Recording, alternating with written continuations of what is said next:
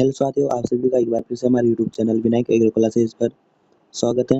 अपन आज बात करेंगे अपन पढ़ रहे थे 12th एग्रीकल्चर बुक। इसमें अपन ने फर्स्ट चैप्टर पढ़ लिया था और आज अपन फोर्थ चैप्टर की बात करेंगे, वीड की। तो सबसे पहले चैनल पर नए हो तो चैनल को सब्सक्राइब कर लो, लाइक कमेंट एवं अपने जो सभी दोस्त हैं उनको शेयर कर दो। अपन आज बात करेंगे वीड के बारे में। तो वीड की सबसे पहले परिभाषा देखेंगे। एक बार कलर चूज़ कर लेता हूँ थोड़ा। वीड की परिभाषा देखेंगे तो खरपतवार वे पौधे हैं जो अनचाहे स्थान और अनचाहे समय पर उगते हैं। यानी खरपतवार हैं जो वे पौधे हैं जो अनचाहे समय यानी कोई भी टाइम नहीं है उनका, और अनचाहे स्थान किसी भी स्थान पर उगाते हैं, वो क्या कहलाते हैं? वीड कहलाते हैं। इसके बाद अपन इसकी परिभाषा के बारे में बात कर ली। अब इसकी विशेषताओं के बारे में बात करेंगे। तो खरपतवार विशेषता, खरपतवारों में फसल के पौधों की अपेक्षा उगने, बढ़ने, विस्तृत क्षेत्र में फैलने की क्षमता आदि अधिक पाई जाती है, जिसका मुख्य कारण खरपतवारों में निम्नलिखित विशेषताओं का पाया जाना है। यानी जो खरपतवार के पौधे हैं उनमें फसल के पौधों की अपेक्षा वो ज़्यादा उगते हैं, उनमें बढ़ने की क्षमता और फैलने की क्षमता फसल के पौधे की अपेक्षा ज़्यादा रहती हैं। इसमें निम्न विशेषताएँ होती हैं। क्या क्या विशेषताएँ होती हैं खरपतवार के पौधों में? अधिक बीज उत्पादन अधिक होना, यानी जो खरपतवार के जो पौधे हैं उनका जो फसल के पौधे से बीज उत्पादन ज़्यादा होता है। ठीक है, तो खरपतवारों में प्रति पौधा बीज संख्या अधिक होने से इनका प्रसार बहुत शीघ्रता से होता है। यानी एक पौधे से अनेक खूब बहुत सारे अपन को बीज प्राप्त होते हैं, और वो जब मृदभूमि में पड़ते हैं तो उनसे बहुत प्रसार होता है उनका। ठीक है, इसके बाद सेकंड है गहरी जड़ी होना।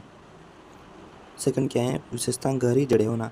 खरपतवार की जड़ें फसल पौधों की अपेक्षा अधिक गहराई तक जाती हैं तथा गहराई पर जाकर पोषक तत्व और नमी का अवशोषण करती हैं।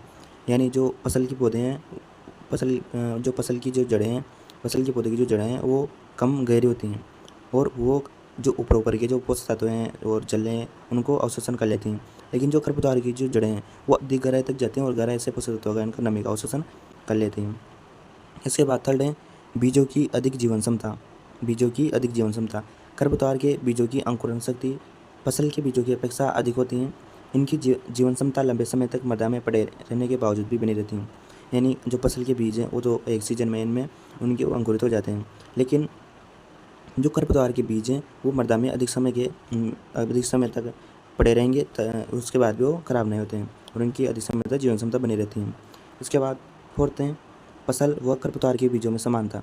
यानी जो भी फसल हैं और जो खरपतवार हैं उनके बीजों में क्या क्या समानता रहती हैं, ये उनमें भी समानता रहती हैं। ठीक है, फसल व खरपतवार के बीजों में समानता। कुछ खरपतवार के बीज आकृति, रंग में फसल के बीजों से इतने मिलते हैं कि इन्हें अलग से पहचान करना अत्यंत कठिन होता है। सत्यानाशी खरपतवार के बीज सरसों से आकार और आकृति में अधिक मिलते हैं। यानी कुछ फसलों के बीज और खरपतवार के बीज मतलब जो आकार में आकृति में समान होते हैं, और उनको जो फसल के बीज खरपतवार के बीज जब मिल जाते हैं तो उनको अलग करना मुश्किल हो जाता है। ठीक है, तो इनमें समानता भी होती है। इसके बाद फिफ्थ है बीजों पर सुरक्षा आवरण। बहुत से खरपतवार जैसे सत्यानाशी, गोखरू आदि पर कांटे, सख्त बाल ऐसे आवरण पाए जाते हैं जिससे मनुष्य और पशु इनके नज़दीक नहीं जाते हैं। इस तरह वे अपनी सुरक्षा कर लेते हैं। यानी इन जो खरपतवार के बीज होते हैं उन पर सुरक्षा आवरण भी पाया जाता है। इसके बाद सिक्स है वानस्पतिक प्रजनन। खरपतवार को यदि बीज बनने से पहले नष्ट कर दें तो भी वे विभिन्न वानस्पतिक भागों द्वारा अपना प्रसार कर लेते हैं। उदाहरणार्थ मोता ट्यूबर्स हैं। यानी मोता का जो वानस्पतिक जो प्रजनन होता है वो किसके द्वारा होता है? ट्यूबर्स के द्वारा होता है। ठीक है, और एक बात अपन ने देखी थी कि फसल और खरपतवार के बीजों में समानता कौन से में होती है? जो सत्यानाशी खरपतवार का जो बीज होते हैं वो सरसों से आकार आकृति में अधिक मिलता है। ठीक है, इसके बाद 7 है प्रत्येक प्रकार की मृदा में वृद्धि करना। यानी जो खरपतवार के बीज हैं वो कौन सी भी मृदा हो, बलुई हो, दोमट हो, चिकनी हो, कौन सी मृदा हो उसमें सभी प्रकार की मृदाओं में वृद्धि कर लेता है। लवणीय, सारे कौन से भी जो खरपतवार होता है विभिन्न प्रकार की मृदाओं, अम्लीय, सारीय, लवणीय, जलमग्न, बंजर मृदाओं में भी अपनी वृद्धि कर लेता है। इसके बाद जो 8th विशेषता है इसकी मनुष्य के स्वास्थ्य पर विपरीत प्रभाव। यानी जो खरपतवार के पौधे हैं इनसे मनुष्य के जो स्वास्थ्य पर भी विपरीत प्रभाव पड़ता है। बहुत से खरपतवार अपने कड़वे स्वाद एलर्जिक प्रभाव के कारण मनुष्य के स्वास्थ्य पर विपरीत प्रभाव डालते हैं। भारतीय ने जो गाजर घास का पौधा है के संपर्क में आने से मनुष्य को एलर्जी, चर्म रोग, एक्जिमा, दमा आदि जानलेवा बीमारियां हो जाती हैं। यानी जो कुछ खरपतवार के पौधे हैं वो मनुष्य के स्वास्थ्य पर विपरीत प्रभाव डालते हैं। वो उनके कड़वे स्वाद के कारण और उनमें जो है ना एलर्जी प्रभाव के कारण मनुष्य के स्वास्थ्य पर विपरीत प्रभाव डालते हैं। जैसे जो भारतीय ने में गाजर घास का उसके संपर्क में अगर मनुष्य आ जाएगा तो उसको एलर्जी, चर्म रोग, एक्जिमा, दमा ऐसे इनकी जानलेवा बीमारियां हो सकती हैं। इसके बाद 9th है शीघ्र प्रकीर्णन। शीघ्र प्रकीर्णन खरपतवार के बीज फसलों के बीजों से इतने हल्के होते हैं कि वायु द्वारा शीघ्र एक स्थान से दूसरे स्थान पर स्थानांतरित हो जाते हैं। इसके अलावा खरपतवार के बीजों पर पाए जाने वाले हुक, बाल, कांटे भी पशुओं द्वारा एक स्थान से दूसरे स्थान पर स्थानांतरित होकर प्रकीर्णन में सहायक होते हैं। यानी जो खरपतवार के बीज हैं उनका शीघ्र प्रकीर्णन हो जाता है एक स्थान से दूसरे स्थान पर हवा के माध्यम से या पशुओं के माध्यम से वो एक स्थान से दूसरे स्थान पर शीघ्र उनका प्रकीर्णन हो जाता है। इसके बाद 10 विशेषताएं खरपतवारों की। कीट रोग प्रतिरोध क्षमता की अधिकता। खरपतवार के पौधों में कीट रोग आक्रामक सहने की जो क्षमता तो है वो फसल के पौधों से अधिक पाई जाती है। यानी कोई भी जो खरपतवार का पौधा है उसमें कीट रोग प्रतिरोधक क्षमता ज़्यादा पाई जाती है। इसके बाद 11वां है खरपतवार व फसल प्रतियोगिता। खरपतवार के बीजों का अंकुरण, पौधों की बढ़वार फसल के पौधों की अपेक्षा शीघ्रता से होती हैं। ये फसल के पौधों से प्रकाश, नमी, पोषक तत्व और स्थान के लिए आदि के लिए संघर्ष करते हैं। यानी जो फसल के पौधे और खरपतवार के पौधे इन दोनों के बीच में प्रकाश के लिए, नमी के लिए, पोषक तत्व के लिए और स्थान के लिए ये इनके बीच में प्रतियोगिता होती है। ठीक है। इसके बाद 12वां है प्रतिकूल जलवायु से अप्रभावित। यानी कौन सी भी जलवायु हो खरपतवार के पौधे पर कोई प्रभाव नहीं पड़ता है। ठीक है। इसके बाद है 13वां है खाद पानी की न्यूनतम आवश्यकता। जो खरपतवार के पौधे हैं उनको खाद और पानी की कम से कम आवश्यकता होती है। ठीक है। इसके बाद 14वां है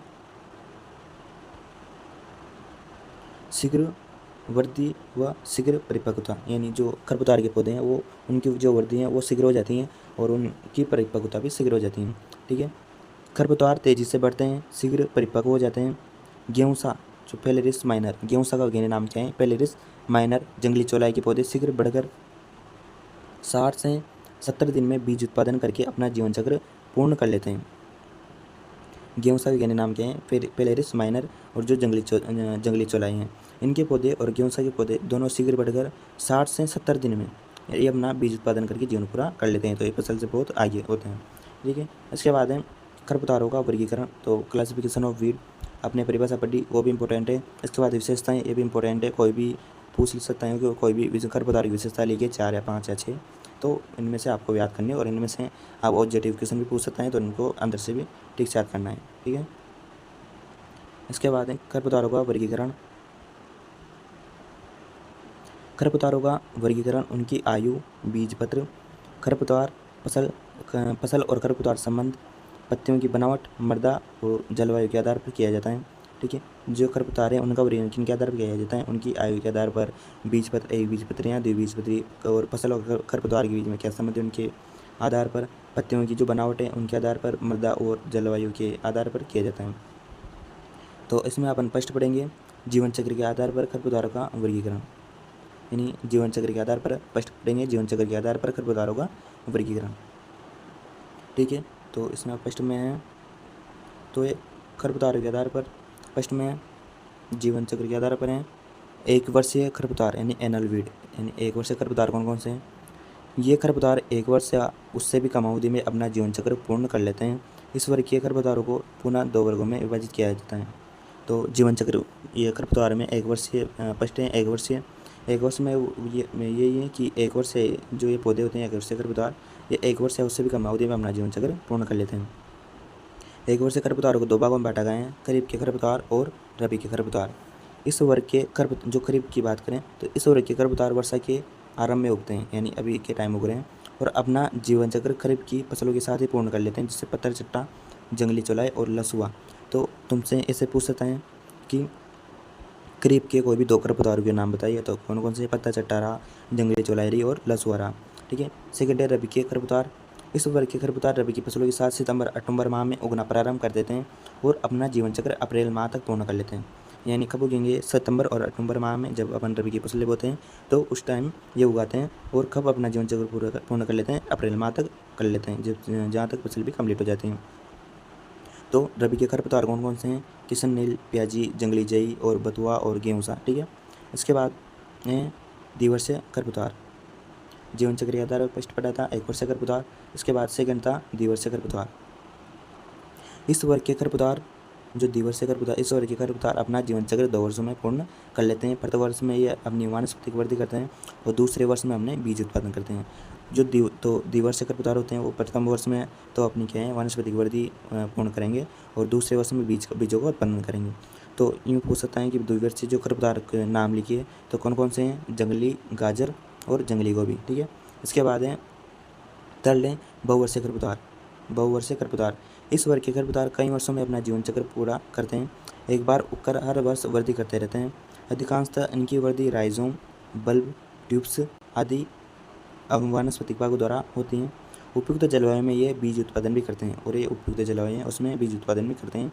इन्हें पुनः 2 उपवर्गों में बांटा गया है। जो बहुवर्षीय खरपतवार होते हैं ये अपना जीवन चक्र कई वर्षों में पूरा करते हैं, ठीक है। एक बार उगकर हर वर्ष वृद्धि करते रहते हैं और उनकी जो वृद्धि होती है वो राइजोम के द्वारा, बल्ब के द्वारा, ट्यूबर्स के द्वारा और वनस्पति भागों के द्वारा होती हैं। और अगर उपयुक्त जलवायु मिल गई तो ये बीजों का उत्पादन भी कर लेते हैं। बहुवर्षीय खरपतवार है उनको पुनः 2 वर्गों में विभाजित किया गया है। 2 वर्ग कौन कौन से हैं?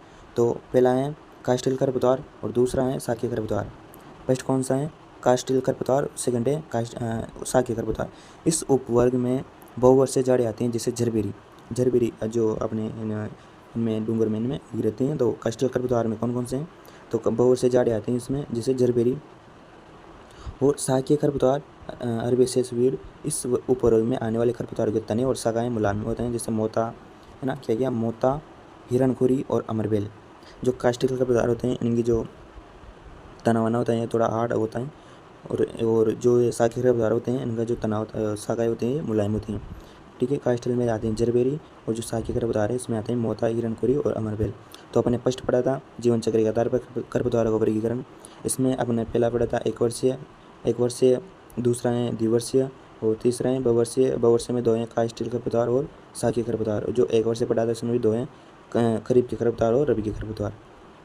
तो इनको आपको याद रखना है, ठीक है। इसके आधार पर वो पूछ सकता है कि जो खरपतवार का वर्गीकरण कीजिए जीवन चक्र के आधार पर या बीज पत्र के आधार पर खरपतवारों का वर्गीकरण कीजिए, तो ऐसे पूछ सकता है तो इनको तो आपको याद रखना है। इसके बाद सेकेंड है बीज पत्र के आधार पर खरपतवारों का वर्गीकरण, ठीक है। तो बीज पत्र के आधार पर 2 प्रकार होते हैं, एक बीजपत्री और द्विबीजपत्री। तो 2 कौन कौन से हैं? एक बीजपत्री और द्विबीजपत्री। तो जितने भी जो पोएसी कुल के या ग्रेमिनी कुल के होते हैं वो एक बीजपत्री होते हैं, ठीक है। और जो भी द्विबीजपत्री में जो दलहनी हैं वो सभी और जितने भी हैं वो द्विबीजपत्री में आते हैं, ये ज़्यादातर वही आती हैं, ठीक है। तो इसमें बीजपत्री के आधार में फर्स्ट है एक बीजपत्री। तो एक बीजपत्री इन खरपतवार के जो बीज है ना वो एक बीजपत्री होते हैं, इसलिए इनके बीज दालों की भांति 2 दालों में विभक्त नहीं होते हैं। यानी एक बीजपत्री में जो किसी भी दाने हैं उसकी अपन दाल करें जो उसको पीसेंगे तो दाल के समान दो उनके जो पत्रे हैं वो 2 भागों में विभक्त नहीं होते हैं, ठीक है। जैसे मोता, घास, दूब घास, प्याजी और गेहूँसा, ये ऐसे खरपतवार हैं जो एक बीजपत्री होते हैं। तो इनका नाम पूछ सकता है कि एक बीजपत्री खरपतवार के नाम बताइए। इसके बाद सेकेंड है द्विबीजपत्री खरपतवार डाइकोट वीड। इस वर्ग के खरपतवार के बीजों को दाल की भांति 2 दालों में विभक्त कर सकते हैं जैसे बथुआ, हिरणखुरी, मकोई, सत्यानाशी और जंगली चौलाई, ठीक है। इसके बाद थर्ड है तो इसके बाद ये बीजपत्री के आधार पर 2 प्रकार होते हैं, एक बीजपत्री और द्विबीजपत्री। आपको इनके वो ये याद रख लेना कि ये तो 2 दालों में विभक्त नहीं होता है, तो 2 दाल की भांति 2 दालों में विभक्त हो जाता है, ठीक है। और इनके उदाहरण याद कर लेना है जो कि बीजपत्री के आधार पर। इसके बाद है खरपतवार और फसल संबंध के आधार पर वर्गीकरण, ठीक है। और खरपतवार और फसल संबंध के आधार पर वर्गीकरण है। इस वर्गीकरण के अनुसार खरपतवारों को निम्न वर्गों में विभाजित किया जाता है। तो क्या क्या है इनमें? इसमें फर्स्ट है निरपेक्ष खरपतवार, बहुत इंपॉर्टेंट है, एब्सोल्यूट वीड। तो इसको ऐसे पूछ सकता है कि निरपेक्ष खरपतवार की परिभाषा बताइए और उदाहरण भी बताइए। और ये सेकंड है सापेक्ष खरपतवार, इसको भी ऐसे पूछ सकता है कि सापेक्ष खरपतवार की परिभाषा बताइए और कौन कौन से हैं। नकलची अनुचारी खरपतवार की परिभाषा बताइए कौन कौन से हैं। ऐसे पूछ सकते हैं खरपतवार और फसल संबंध के आधार पर खरपतवार का वर्गीकरण कीजिए। तो किससे पूछ सकते हैं? तो इनको एक एक लाइन आपको याद रखनी है। तो फर्स्ट है निरपेक्ष खरपतवार। इस वर्ग के अंतर्गत वे सभी खरपतवार आते हैं जो उपज को कम कर देते हैं, यानी इस वर्ग के अंतर्गत इतने जो भी खरपतवार हैं वो खरपतवार आते हैं जो फसल की साथ होकर और फसल की उपज को कम कर देते हैं। इसमें एक वर्षीय, द्विवर्षीय, बहुवर्षीय सभी प्रकार के खरपतवार सम्मिलित हैं, जैसे किशन नील, मोता, हिरणखुरी और गाजर घास। ठीक है, तो इनको याद रखना है। यानी ये इसमें जो निरपेक्ष खरपतवार है, इसमें ऐसे खरपतवार आते हैं जो फसल के साथ होते हैं और फसल की उपज को कम कर देते हैं। इसमें एक वर्षीय, द्विवर्षीय, बहुवर्षीय सभी प्रकार के खरपतवार हैं। कौन कौन से उदाहरण? किशन नील भी हैं, मोता है, हिरणखुरी और गाजर घास है। इसके बाद सेकेंड है अपना सापेक्ष खरपतवार। इस वर्ग में फसलों के वे पौधे हैं जिनकी किसान खेत में बुआई नहीं करता है। यानी सापेक्ष खरपतवार वे खरपतवार हैं जिनकी किसान है ना अपने खेत में बुआई नहीं करते हैं, वो स्वतः ही उगाते हैं। जिनकी किसान अपने खेत में बुआई नहीं करता है वो स्वतः ही उगाते हैं, सापेक्ष खरपतवार कहलाते हैं। तो सापेक्ष खरपतवार कौन की परिभाषा लिखी है, पूछ लें तो इसलिए लिखना है कि इस वर्ग में वे सभी फसल के पौधे आते हैं जो जिनकी किसान खेत में बुआई नहीं करता है और स्वतः उगाते हैं। जैसे गेहूँ के खेत में चना, सरसों, मटर के पौधे उग जाए तो सापेक्ष खरपतवार कहते हैं। ये समस्या अशुद्ध बीज की बुआई से उत्पन्न होती है। यानी कोई भी अपने जैसे गेहूँ बोए और उसमें कुछ जो सीड हैं वो चने के, सरसों के, मटर के मिले हुए हैं। जब अपन उनकी खेत में बुआई कर देते हैं तो जो गेहूँ के पौधों के साथ साथ वो चने और सरसों, मटर इनके पौधे भी उगाते हैं। तो जो पौधे उगते हैं उनको सापेक्ष खरपतवार कहते हैं। ठीक है, और ये अशुद्ध बीज बुआई से उत्पन्न होती हैं। इसके बाद थर्ड है नकलची खरपतवार, नकलची या अनुकारी खरपतवार। ठीक है, नकलची या अनुकारी खरपतवार। ये खरपतवार अपनी बाह्य आकारिकी में फसल के पौधों से इतना अधिक मिलते जुलते हैं कि इन्हें फसल के पौधों से अलग प्रचार कर पाना भी मुश्किल होता है। नकलची खरपतवार कहलाते हैं। नकलची यानी फसल के और जो फसल के समान नकलची होता है वो ना। ठीक है, यानी जैसे फसल का बीज और वैसे ही खरपतवार का बीज होता है और आप देख कर भी उन्हें अलग नहीं कर पाओगे। ठीक है, तो कौन कौन से ऐसे? गेहूँ की फसल में गेहूँ सा, गुल्ली डंडा तथा धान की फसल में सावा। यानी अपन देखते हैं कोई भी जो गेहूँ की फसल में जाते हैं तो वहाँ उसमें अपन जो गेहूँ सा के पौधे भी उगे रहते हैं। ठीक है, तो अपन उनको जो गेहूँ सा के पौधों को कई बार जो गेहूँ के पौधे से अलग नहीं कर पाते हैं। उन दोनों में डिफरेंस कुछ भी नहीं दिखाई देता है। ठीक है, और धान की फसल में सावा। ठीक है, इसके बाद फोर्थ है विशेष सूक्ष्म जलवायु वाले के सूक्ष्म जलवायु के खरपतवार। फोर्थ है विशेष सूक्ष्म जलवायु की, यानी ऐसे खरपतवार जिन्हें बिल्कुल सूक्ष्म जलवायु की आवश्यकता होती है। कुछ खरपतवारों को विशेष जलवायु परिस्थिति की आवश्यकता वृद्धि विकास के लिए होते हैं। जैसे कासनी खरपतवार ठंडी और नम जलवायु में अपनी वृद्धि करते हैं। यानी विशेष सूक्ष्म जलवायु खरपतवार कौन कौन से हैं? जैसे कासनी है, और ठंडी जलवायु में और नम जलवायु में अपनी वृद्धि करता है, वो गर्मी में नहीं करता है। ठीक है, इसके बाद अगला है अवांछित खरपतवार। ठीक है, अवांछित खरपतवार जब फसल की अन्य किस्म का पौधा बिना बोए खेत में उग जाता है तो उसे अवांछित खरपतवार कहते हैं। ठीक है, यानी जब कोई भी फसल है उसकी अन्य किस्म, यानी अपने गेहूँ बोई, गेहूँ की अपने कोई किस्म बोए और उस किस्म के अलावा कोई दूसरी किस्म का पौधा बिना बोए अपने खेत में उगाता है तो उसे अवांछित खरपतवार कहते हैं। जैसे गेहूँ की सोनालिका किस्म में लोक वन के पौधे बिना बोए उगा जाएं तो लोक वन किस्म का पौधा अवांछित खरपतवार कहलाएगा। ऐसे अनिश्चित किस्म के पौधे को इकाड़ने की क्रिया को रोगिंग क्रिया कहते हैं। तो रोगिंग आपने पश्चिम में पढ़ा था। तो अवांछित जो कोई किस्म के पौधे उगाते हैं तो उनको आज से उखाड़ कर बाहर फेंक देते हैं। ठीक है, आइए समझे अवांछित खरपतवार। इसके बाद है परजीवी खरपतवार, यानी जो दूसरों पर निर्भर रहते हैं परजीवी। ठीक है, पैरासिटिक वीड। कुछ खरपतवार फसल विशेष पर परजीवी होते हैं, जैसे कि रिचके पर अमरबेल, तंबाकू पर ओरोबेंकी और बाजरे में स्ट्राइगा। ये तीनों इंपॉर्टेंट है। परजीवी खरपतवार पूछ सकते हैं कि परजीवी खरपतवार कौन कौन से, यानी कुछ खरपतवार ऐसे होते हैं जो फसल विशेष पर क्या होते हैं, परजीवी होते हैं। जैसे कि रिचके के पौधे पर अमरबेल परजीवी खरपतवार हैं। इसके बाद तंबाकू का जो पौधा है उस पर ओरोबेंकी परजीवी खरपतवार हैं। बाजरे में स्ट्राइगा का जो पौधा है वो परजीवी खरपतवार हैं। ठीक है, तो ये बहुत इंपॉर्टेंट है स्ट्राइगा वाला। तो ऐसे तो तीनों इंपॉर्टेंट है, इन दोनों में से भी सबसे ज़्यादा इंपॉर्टेंट है स्ट्राइगा वाला या बाजरे में स्ट्राइगा जो परजीवी खरपतवार है। इसके बाद हैं पत्तियों की बनावट के आधार पर। पत्तियों की बनावट के आधार पर तो फर्स्ट है चौड़ी पत्ते वाले खरपतवार। इस श्रेणी के खरपतवार की जो पत्तियाँ होती हैं ना वो चौड़ी होती हैं। तो चौड़ी पत्ते वाले खरपतवार कौन कौन से हैं? जैसे बथुआ, जिसे अपन सामान्य भाषा में बातली भी कहते हैं। इसके बाद है किशन नील, हिरणखुरी, बाईसुरी, मकोई, जंगली चौलाई और लसुआ। जो हिरणखुरी हैं इसके जो पत्तियाँ हैं वो हिरण के खुर के समान दिखाई देती हैं। ठीक है, इसके बाद सेकंड है सकरी पत्ते वाले खरपतवार। यानी वो खरपतवार जिनकी पत्तियाँ वो सक्रिय होती हैं, जैसे मोता हैं, दूब घास हैं, कांस हैं, गेहूँसा हैं और जंगली जई आदि। ठीक है। इसके बाद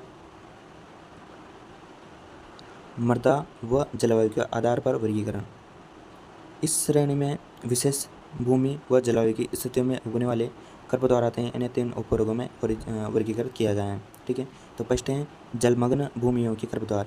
ये खरपतवार ऐसे क्षेत्रों में पाए जाते हैं जहाँ पर अधिकतम समय पानी भरा रहता है, जैसे नदियाँ, तालाब, नहरों, निचले क्षेत्रों में जहाँ पानी भरा रहता है पाए जाते हैं। उदाहरणार्थ जलकुंभी और जंगली दान। तो अपन से पूछ ले कि जलमग्न भूमियों के खरपतवार कौन कौन से हैं, तो कौन कौन से हैं? जलकुंभी और जंगली दान। यहाँ अधिकतर ये खरपतवार वहाँ उगते हैं जहाँ अधिकतर समय पानी भरा रहता है। अगर ये खरपतवार सूखे की स्थिति में नहीं उगेंगे। ठीक है। इसके बाद सेकेंड है शुष्क क्षेत्र के खरपतवार। शुष्क क्षेत्र के खरपतवार, ये खरपतवार जल की कमी वाले क्षेत्रों में पाए जाते हैं। इन खरपतवार की जड़ें गहरी, पत्तियाँ कम मोटी, तने पर कांटे पाए जाते हैं, जिसकी वजह से कम पानी में भी आसानी से वृद्धि करते हैं, जैसे झरबेरी, नागफनी और जौसा और बायसुरी। यानी जो झरबेरी, नागफनी, जवासा और बायसुरी हैं, ये शुष्क क्षेत्र के खरपतवार हैं। इनके लिए ये जल की कमी वाले क्षेत्रों में उगते हैं, जैसे रेगिस्तानी क्षेत्रों में। ठीक है। इसके बाद थर्ड है कृषि क्षेत्र के खरपतवार। कृषि क्षेत्र के खरपतवार, इस वर्ग में वे सभी खरपतवार सम्मिलित हैं जो फसलों के साथ होकर उनकी उपज काफ़ी कम कर देते हैं, जैसे बथुआ, प्याजी, कृष्णनील, हिरनखुरी और जंगली चौलाई। ठीक है। यानी कृषि क्षेत्र के खरपतवार हैं, वे सभी खरपतवार हैं फसलों के साथ उगकर और उनकी उपज को कम कर देते हैं। ठीक है। इसके बाद फोर्थ हैं अकृषि क्षेत्र के खरपतवार, यानी जो ऐसे खरपतवार जो कृषि क्षेत्र हैं उसमें नहीं उगते हैं और जो रेल सड़कों पर, रेल मार्ग पर, गोदाम, औद्योगिक क्षेत्रों आदि में खरपतवार उगते हैं। जैसे कौन कौन से हैं? Lantana camara.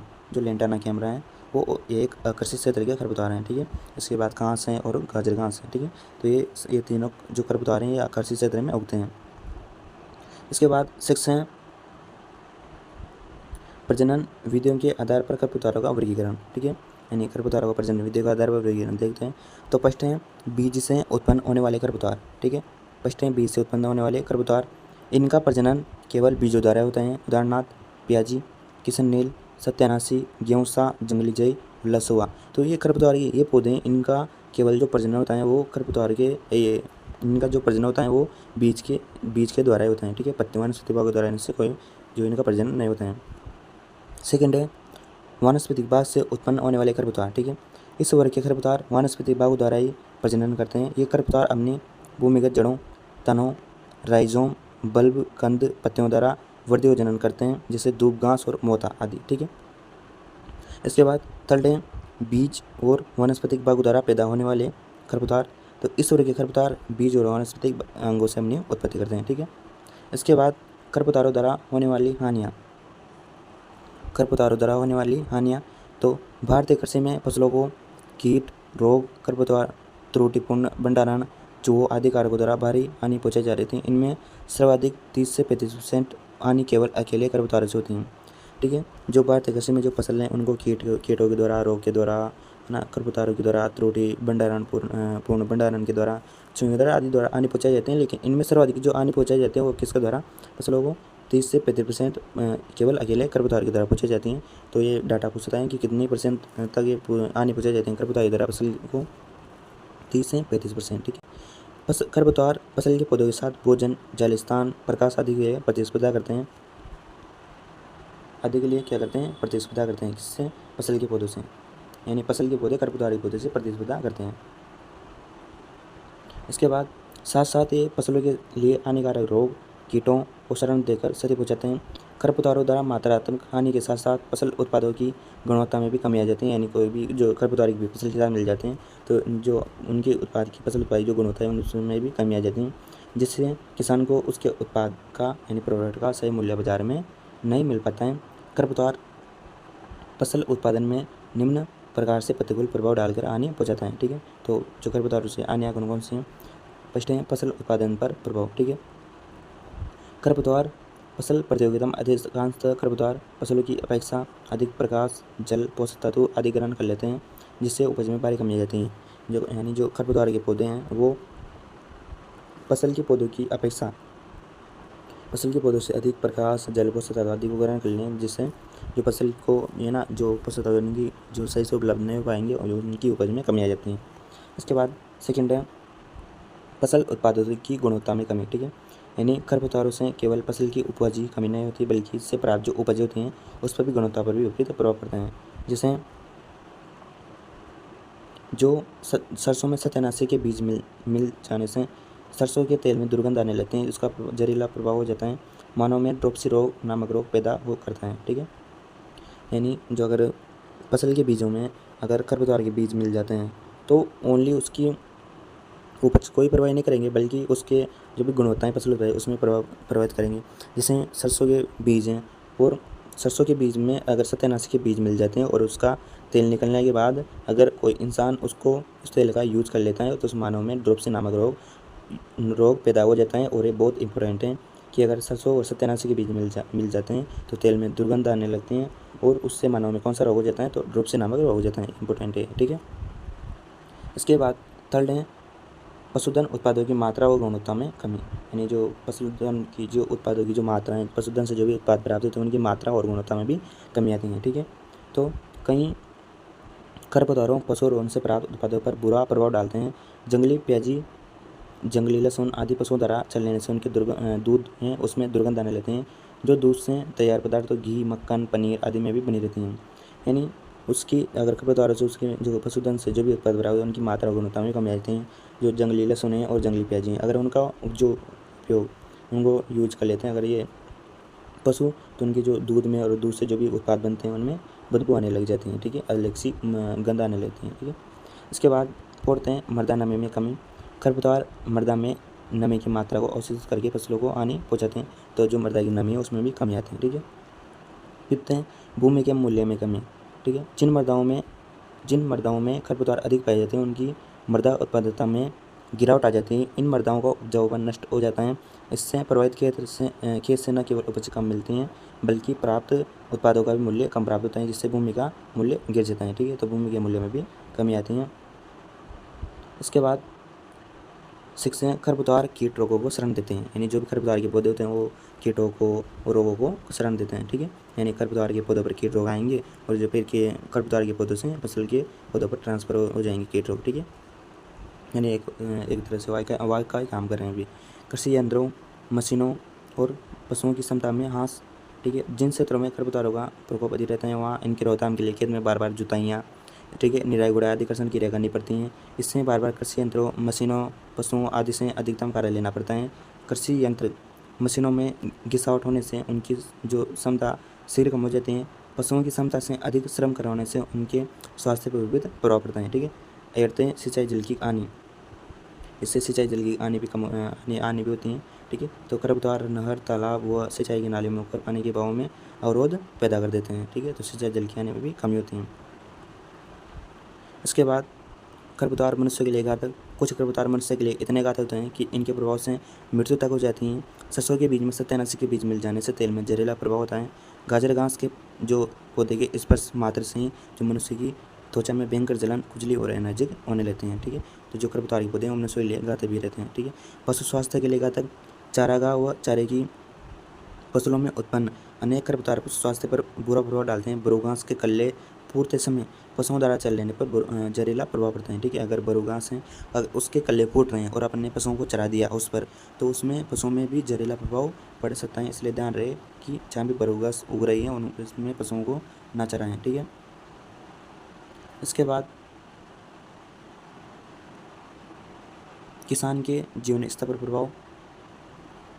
किसान के जीवन स्तर पर प्रभाव तो खरपतवारग्रस्त क्षेत्र में किसान को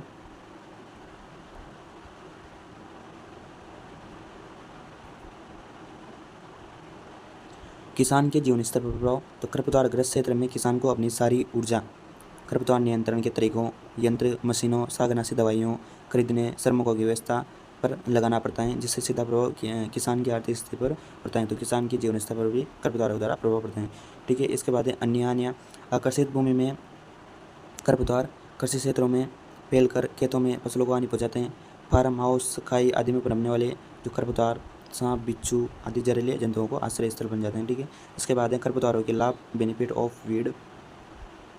तो खरपतवारों के लाभ हैं इसमें फर्स्ट है मृदा संरक्षण में सहायक। जो खरपतवार होते हैं वो मृदा की संरक्षण में सहायक होते हैं।